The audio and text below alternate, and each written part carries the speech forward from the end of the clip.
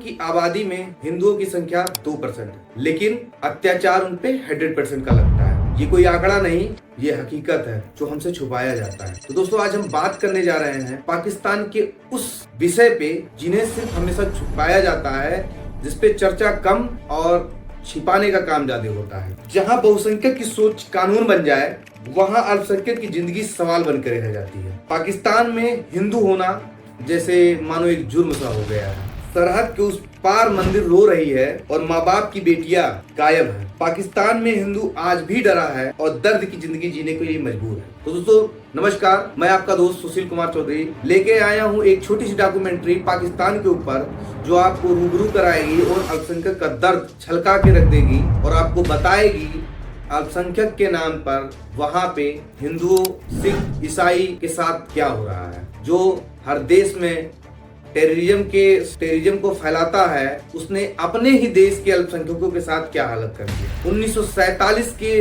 बाद जब हमारा देश आजाद हुआ था, तब एक देश की मांग एक धर्म के आधार पर की गई थी और जिसकी कामना और जिसकी तुलना ये की गई थी कि एक देश ऐसा बनेगा जो धर्म के आधार पर बनेगा और सब जगह शांति और अमन कायम होगा।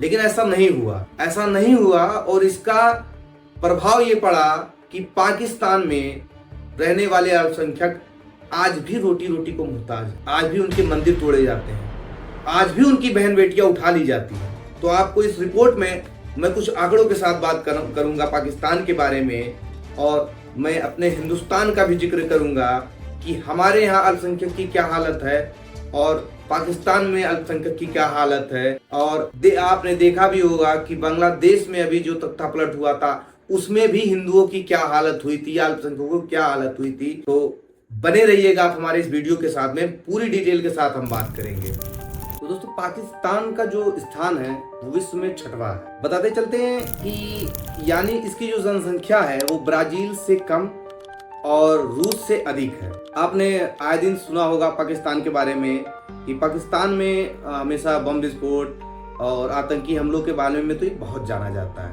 इनके देश में हर जगह टेररिज्म है। हर देश को टूरिज्म में जाना जाता है। ये एक ऐसा मात्र देश है जिसे टेररिज्म के रूप में देखा जाता है। इनके खुद के ही अभी हाल में हमने सुना होगा, इनके स्टेडियम में ही बम फूट गया जिसमें काफी लोग घायल हो गए।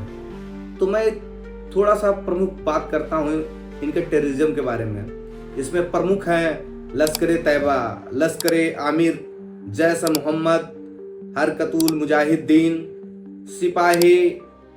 सिपाही सलाहा, हिजबुल मुजाहिदीन, जिसका नाम बहुत आप लोगों ने सुना होगा। हर चीज़ के हर मामले में ये नंबर 1 रहता है। फिर सबसे प्रमुख जो है वो ISI है। ISI तो इनका प्रमुख होता ही है, और दुर्भाग्य की बात ये है इनकी सरकार, इनकी आर्मी और ये जो टेररिज्म वाले लोग हैं, ये तीनों साथ मिलकर देश चलाते हैं। इसीलिए इनके देश की हालत ये है कि इनको हर समय IMF से भीख मांगनी पड़ती है और हर देश में जाके चीन से भीख मांगते हैं और जाके हर जगह पे रोना मचाते हैं कि हमारे साथ ये हो रहा है, हमारे साथ ये हो रहा है। काफ़ी सारी चीज़ें हैं। पाकिस्तान का जो इस्लामीकरण हुआ था वो 711 ईस्वी में पाकिस्तान का पश्चिमी भाग जो हिंदू राजपूतों द्वारा शासित था। 1076 ईस्वी में गजनी ने राजा जयपाल शाही को इस क्षेत्र को जीत लिया। इसी समय बहुत सी हिंदू जातियां इस्लाम में जानने लगी और इनको अरब द्वारा शेख का पद भी दिया गया। ये बहुत बड़ा कारण रहा है कि जो वहाँ पे मतलब काफ़ी हिंदू अच्छे पोजीशन में थे, उनको इस्लामीकरण के लिए मजबूर किया गया और लोग भगे भी उस चक्कर में, क्योंकि हिंदू को धर्म परिवर्तन के कई कारण भी थे।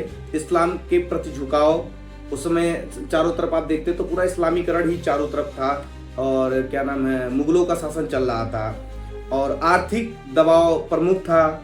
मुख्य कारण जजिया कर उस समय लगने लगा था, जिसको हिम्मी कहा जाता है, जो काफिरों पे लगता था। तो ये इसका बहुत मुख्य बड़ा कारण रहा है। और आपको बताते चलते हैं, BBC न्यूज के अनुसार जो एक रिपोर्ट आई थी जिसमें फैसलाबाद में जो चर्च हादसा था, जिसमें चर्च जला दिया गया था, 16 अगस्त 2023 में ये मामला सामने आया था, जहां पे पूरा चर्च जला दिया गया था।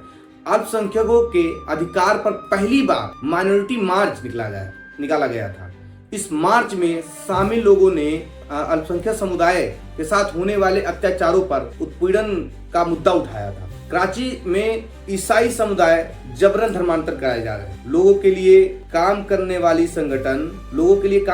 संगठन लिविंग होप फाउंडेशन चलाने वाले सज्जल शफीक ने बीबीसी से बात करते हुए बताया कि पाकिस्तान के मानवाधिकार आयोग की रिपोर्ट के अनुसार सिख, हिंदू और अल्पसंख्यकों को जबरन धर्मांतरण कराया जा रहा है और धार्मिक स्थान पर हमलों जैसी सारी घटनाएं घट रही हैं। Centre for piece and justice की रिपोर्ट के अनुसार हिंदू समुदाय 22,10,566 देश की कुल पाकिस्तान आबादी की 18,68,90,600 का केवल 1.18% है। मार्च तक NADRA के आंकड़ों के अनुसार पाकिस्तान के लोगों की कुल संख्या 18,68,90,601 थी, जिससे 18,25,92,000 मुस्लिम, ईसाई 18,73,348 हैं, अहमदी 1,88,340 थे, सिख 74,130 थे, भाई उसमें 14,537 थे और पारसी 3,917 पारसी थे। दुर्भाग्य की बात यह है कि जो हिंदू, जो अल्पसंख्यक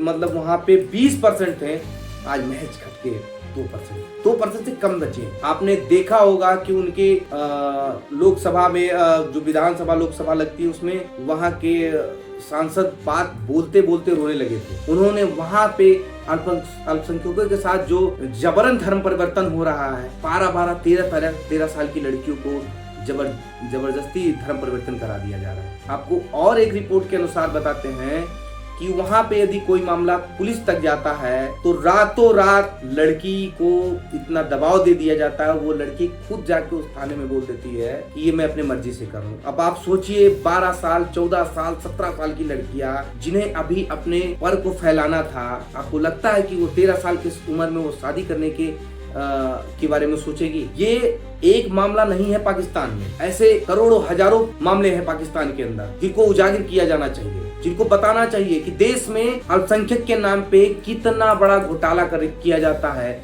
आपको बता दें, वहां पे आपको हिंदुओं की दुर्दशा, उनके घर की हालत, उनके मकानों की हालत, उनकी सड़कों की हालत, उनके पानी पीने की हालत, उनके बहु बेटियों के खाने पीने, रहने, कपड़े के मकान तक के लोग जिल्लत के लिए जिंदगी जी रहे हैं। ऐसे में पाकिस्तान अपने आप को धर्मनिरपेक्ष बताता है, उसको सभी जातियों से प्यार है, मोहब्बत है, तो कहाँ जाता है वो जब चर्च जलाए जाते हैं? हिमलांग मंदिर के बारे में आपने सुना होगा, कहाँ गया? कितनी मंदिरें वहां बची हैं और कितने मंदिरों पे रेनोवेशन का काम हो रहा है? आज भारत एक ऐसा देश ये कह सकता है, सीना तान के कह सकता है कि यहाँ के अल्पसंख्यक अपनी बात उठा सकते हैं, अपनी मुद्दा उठा सकते हैं, अपने देश में अपने हकों के लिए लड़ाई कर सकते हैं। लेकिन ऐसा पाकिस्तान में नहीं है। पाकिस्तान में दुर्लभ जिंदगी है। मैंने पहले ही लाइन में कहा था कि हिंदू 2% है, लेकिन अत्याचार 100% है। ये तो सिर्फ आंकड़ों की बातें हैं, ऐसी कई सारी घटनाएं होती होंगी जो हम आप जानते भी नहीं। आए दिन ये मामला आता है। वहाँ के हिंदुओं को अब यदि आप देखे होंगे अल्पसंख्यक, वहाँ आज भी इस्लामीकरण की टोपियां लगा के घूमते हैं। क्यों ऐसा है? क्या वो शौक से लगा के घूमते हैं? क्या उनका ये एक ड्रेस कोड है? नहीं, उनको पता है कि यदि हम उनके पहनावे को नहीं चूज करेंगे, यदि हम उनके रंग रूप में नहीं चलेंगे तो मुझे मार दिया जाएगा। और आपको बताते चलते हैं कि वहाँ पे सरेआम लड़कियां उठाई जाती हैं, सरेआम अल्पसंख्यकों पे अत्याचार होता है।